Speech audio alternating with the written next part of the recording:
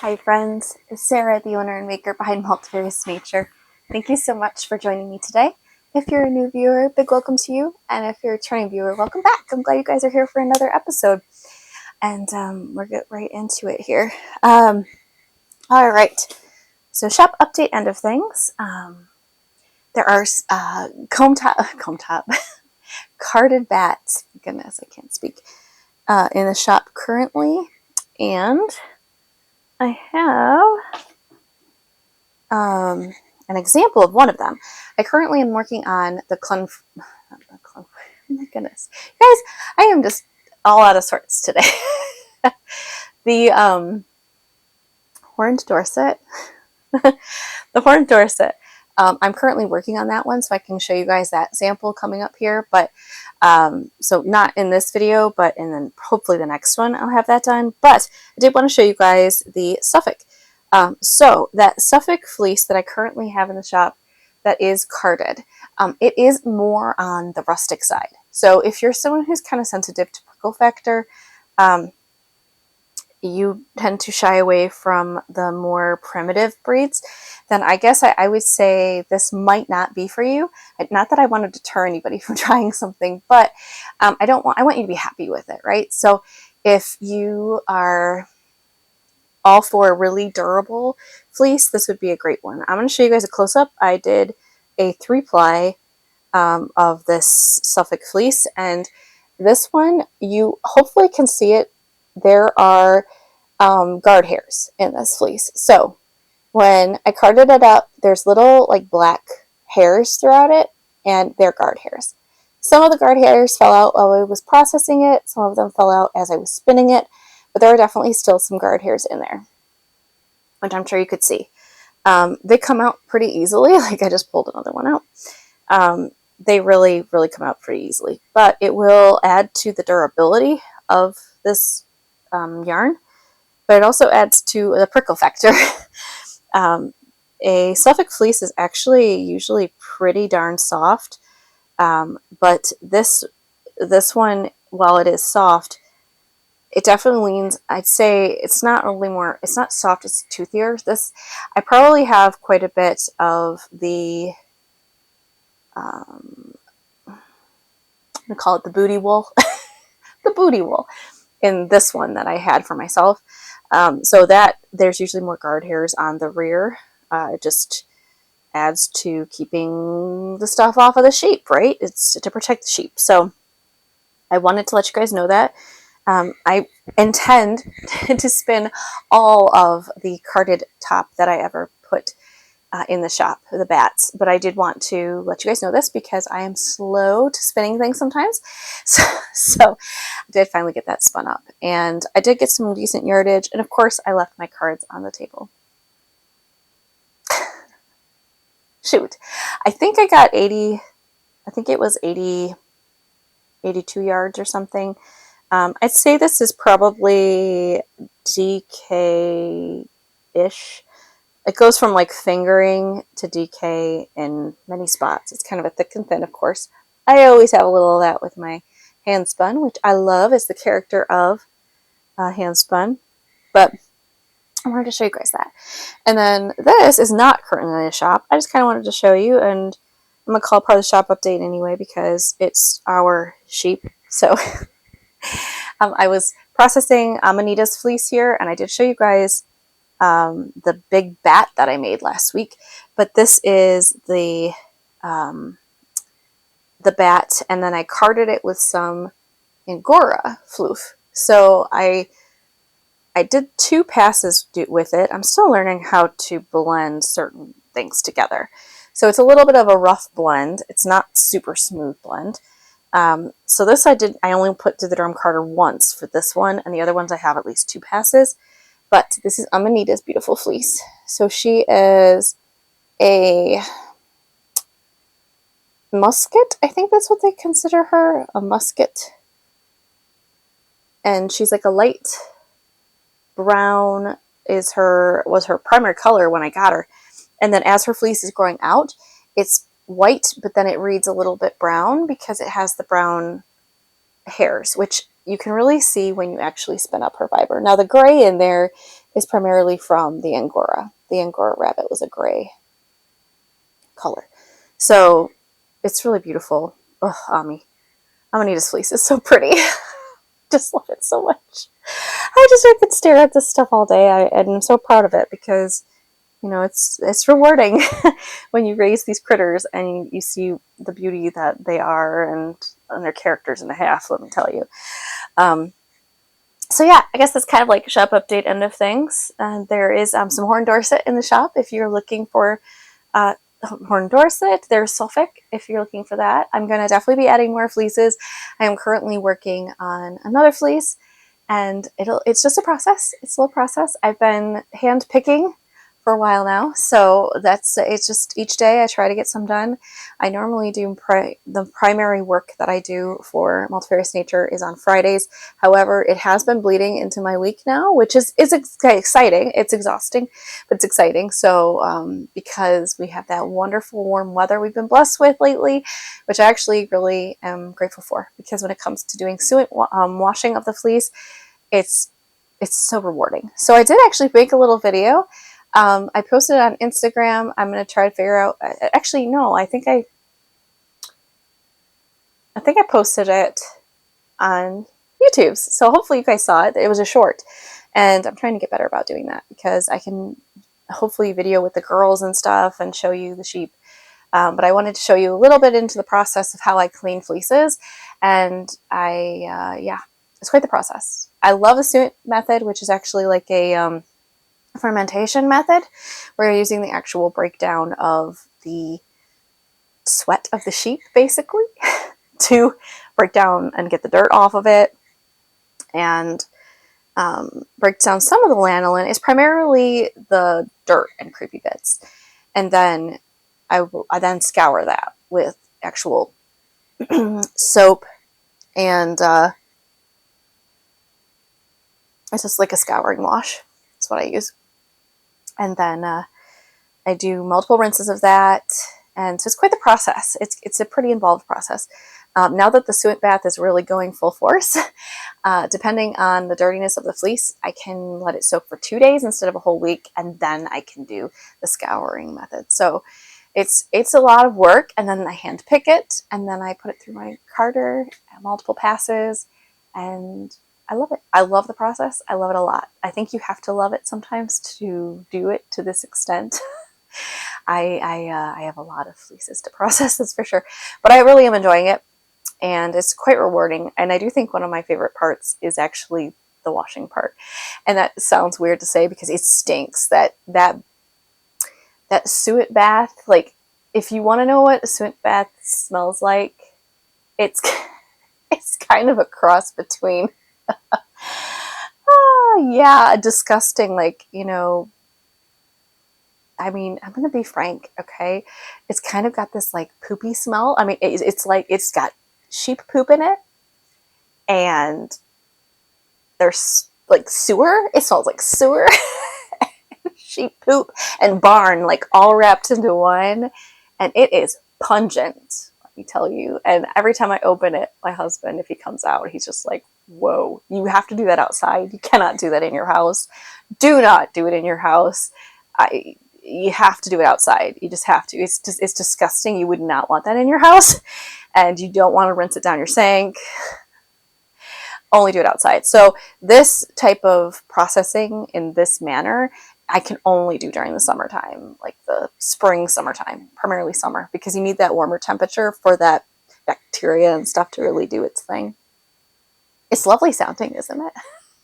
You have to enjoy it, and I love it. So yes, I very much enjoy it. And I totally forgot what the shirt that I'm wearing is called. Sorry. I'm going to try to remember so I can put it in the notes, but I'll show you just a glimpse of it. It's a beautiful lace top, and I think it was a free pattern. I love the length of the sleeves. It's really comfortable. I like to wear it to work, and I used a cotton merino blend, which is wonderful because it breathes nicely. It's just enough of a layer, but the cotton helps keep it cool, and of course wool does as well. So it's wonderful. I totally forgot to start my timer, which is terrifying because then I don't know how long I'm talking. Shoot. I was being so good about that. Well, darn, that's not good. So we'll just get through this. It'll probably be a little bit on the short side just because I'm going to panic because I don't want to get cut off because my camera will overheat after a while. So the good and bad of high def cameras, right? All right. Next thing that I've been working on. Really, I've only been working on one project. I have to tell you, when you get into spinning your own yarn, it's quite addicting to knit with. If you're someone who likes to actually knit or crochet or anything, I'm sure you guys can relate. If you make your own yarn, do you knit with it? I'm actually curious. So I know some people just like to actually spin the yarn. But for those of you that are watching, please let me know. Like, do you spin your yarn? If you happen to spin your yarn, do you knit with it? Do you crochet with it? Do you weave with it? Like, let me know. Or are you finished product spun yarn? Like, is that your finished product? Because I know there are people out there that is their finished product. For me, it's the spinning. Like, I love the process, but I want to knit it so bad. So, yeah, I am definitely a spinning or a knitting fanatic. Spinning is just the enjoyment of the process, but let's see. Okay. So I think I talked about this one last time, but maybe I didn't. I honestly don't remember. I am now on day 8, which is 165 yards, and it is a British Columbia wool, Charlie the Rideau Arcot. And it is beautiful. I think I showed you guys this last time, but I'm honestly not sure. So I'm showing you again, if I did. And I'm mid-row, naturally. Really enjoying this. All of these, I did a 2-ply, beautiful spin, and this is using Melly Knit's 2024 Advent, the True North Advent. She has 2 Advents, so I did the True North one, which is each province of Canada, and there's wool from each province, or yeah, it's wool or alpaca, for sure wool, for the most part. And then definitely alpaca, and then she got real fun with her last colorway that had Kiviot in it, which I'm really excited to knit with that. So stinking soft. But yes, this is the Rideau Arcot, which is a white color, so the alpaca was this like probably a peachy or like a light brown color, reddish brown, really beautiful glow to it. So pretty. So this, I should tell you what I'm doing. This is the Fascination shawl by Ruby and Rose's Designs, and I love it. So her shawl is like, she did, I think it was speckled yarn, and it's really pretty, but you really can't see the texture very well. Well, the neat part is with these solid colorways, you really can see the texture. Hopefully you can see it. And so far, my favorite part, all the texture. I've got some lace areas in here. I don't know. I love all these textures. There's so many fun textures. This one is really a lot of fun to knit, and you can't see it terribly well, but this white section, I really liked that one. And then the other one that I think is my favorite is the one I'm currently doing, which I'm actually almost done with, but I feel like the section that I'm working on is kind of always my favorite to an extent. Definitely enjoying it. I've got my little bobbles on here, and it's just really fun, and it's really pretty, and I love the color changing, how it goes from one to the other, and yeah, really beautiful, really, really pretty. So I'm excited when I finally finish it to show you guys and be able to show you in a full shot, because it's the hard part. Right now, it's just, you can kind of see it like in chunk form here, like a little bit at a time, and I can't show you too much at a time because, you know, my field of vision, I don't know what you call it, isn't very big. So, but it's really, really pretty. So it's a lot of fun. The fascination part I totally get. Each section makes me want it to knit more and more. So it's a lot of fun. And yeah, just really beautiful. I don't want to knock this off of my knitting needles, but really enjoying it. So far, I definitely could recommend this pattern. If you're someone who tends to get bored with certain things, if you're doing the same type of stitching all the time, this really does keep you fascinated. It really does. It keeps you interested, and very impressed with this pattern, actually. Like super impressed, and couldn't say more nice things about it, actually. I would definitely recommend doing it with solids. You could do speckled yarn. It's just that you're not gonna, it's more that you'll enjoy the process of the stitching, but you won't be able to see the stitches if you're doing like a really textured colorway. So if you've got a lot of color going on, like speckles, or like a colorway like this one, where you've got a lot of different colors going on, Unchained Melody, you would not necessarily want to do that if you want to see your stitches. But if you're okay with just seeing all the cool colors and doing the stitches as part of your process, as that's the fascination part, then by all means, go for it. It's fun. All right, so that's that. As far as anything else, oh my gosh, I almost forgot. It's right next to me. I'm glad I didn't forget. I shared about this on Instagram. If you're on Instagram, you probably saw it. And I think I'm getting better with shorts. I'm trying to get better because then I feel like with shorts, each content kind of is geared towards one thing or another. Like this long form content is really good for chatting about things and talking about projects and things like that. But if I want to talk about little things or show you little snippets of our life, it's kind of easier to do it in a short form. It takes forever to upload, but it's kind of better. So this is Handspun Fiber Arts. I finished spinning that braid. So I think it was a 4.4 ounce. I think it was a 4.4 ounce braid. So it was a larger weight of braid, which is excellent. And I got serious yardage out of this. It was a BFL silk blend, and I got 590 yards, you guys. It is so beautiful. It's so beautiful. I knew it was going to be beautiful, It's not like I questioned it because I love purples and I saw that right away, and the pinks are so fun. And this is really beautiful, and I feel like, oh my gosh, I really want to make something with this. I don't know if I want to make a cowl, a shifty cowl or something from Andrea Mowry would be a lot of fun. But then I also kind of want to put this into a color work. I feel like a color work, a 2-color color work, where this is the contrast and then it like fades from color to color.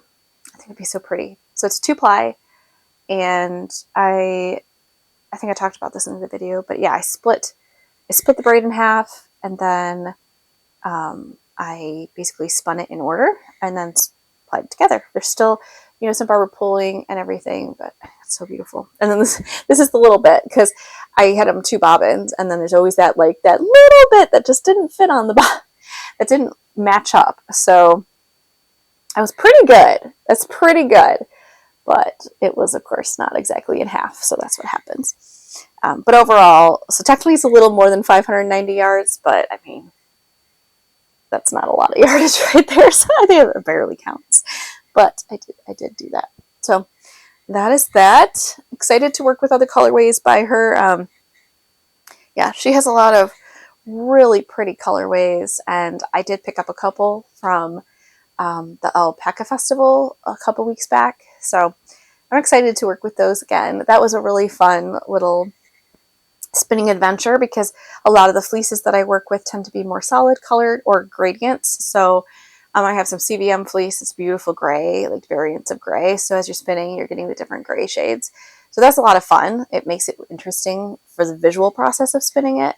But white fleeces, or blacks or solids basically, can be really pleasant in just trying to be consistent with your yarn and the process of that smooth consistency. It's just, it's relaxing. But I do love myself a fleece with some color going on. It just makes it that much more enjoyable to process and then to knit with afterwards. I love it so much. So I think that's pretty much it. As far as life update end of things, I don't think there's really anything new going on. Other than just working a lot. We're working a lot, which it's good to an extent. It is good. I mean, we enjoy what we do. That's why we do it. But we're both very busy. So it's a little exhausting. I have to say, I think this past weekend we became pretty fried. So I'm hoping we have more stuff we have to get done this weekend. But I'm hoping we can relax a little bit more because it's a little overwhelming when we don't relax. And then you go back into work the next day and it's just, you burn out very quickly. Because at the moment, we work our day jobs, which are 8-hour days, sometimes more. Dan tends to put in overtime because he can. And so he may work a 9-10 hour day, depending on the day. And then he comes home and then he works on more stuff from home because he has his own little job. Oh my gosh. His own part-time job that he does on the side of what he does during the day as well. So it's like and then I have my part-time job that I do, which is Multifarious Nature, on the side of my full-time job. So it is a lot, but it's a lot of fun. We really enjoy it. That's why we do it. But it is a lot of work too, because we are both one-person shows. I do help him with things, like I help deliver packages for him and things like that, because I go near a mail service for near where I work. So it's at least like we can kind of help each other in that extent. He helped me with my drum carder, and it's just, we're constantly helping each other. But it is a lot of work. It's a lot of work. And as you know, if you're someone who has a small business, you do it all. You wear all the hats. Unless you've hired someone to work with you, which you are very fortunate if you're able to do that, you wear a lot of hats. So, but I enjoy it so much. I really do. So I don't want this video to be too long because, one, I don't want to get cut off. That would be not such a good thing. Because I'd like to goodbye to you guys properly. So I do hope that you are well. I hope you are making, and I hope you have a wonderful rest of your week. And I look forward to chatting with you soon. Take care. Bye.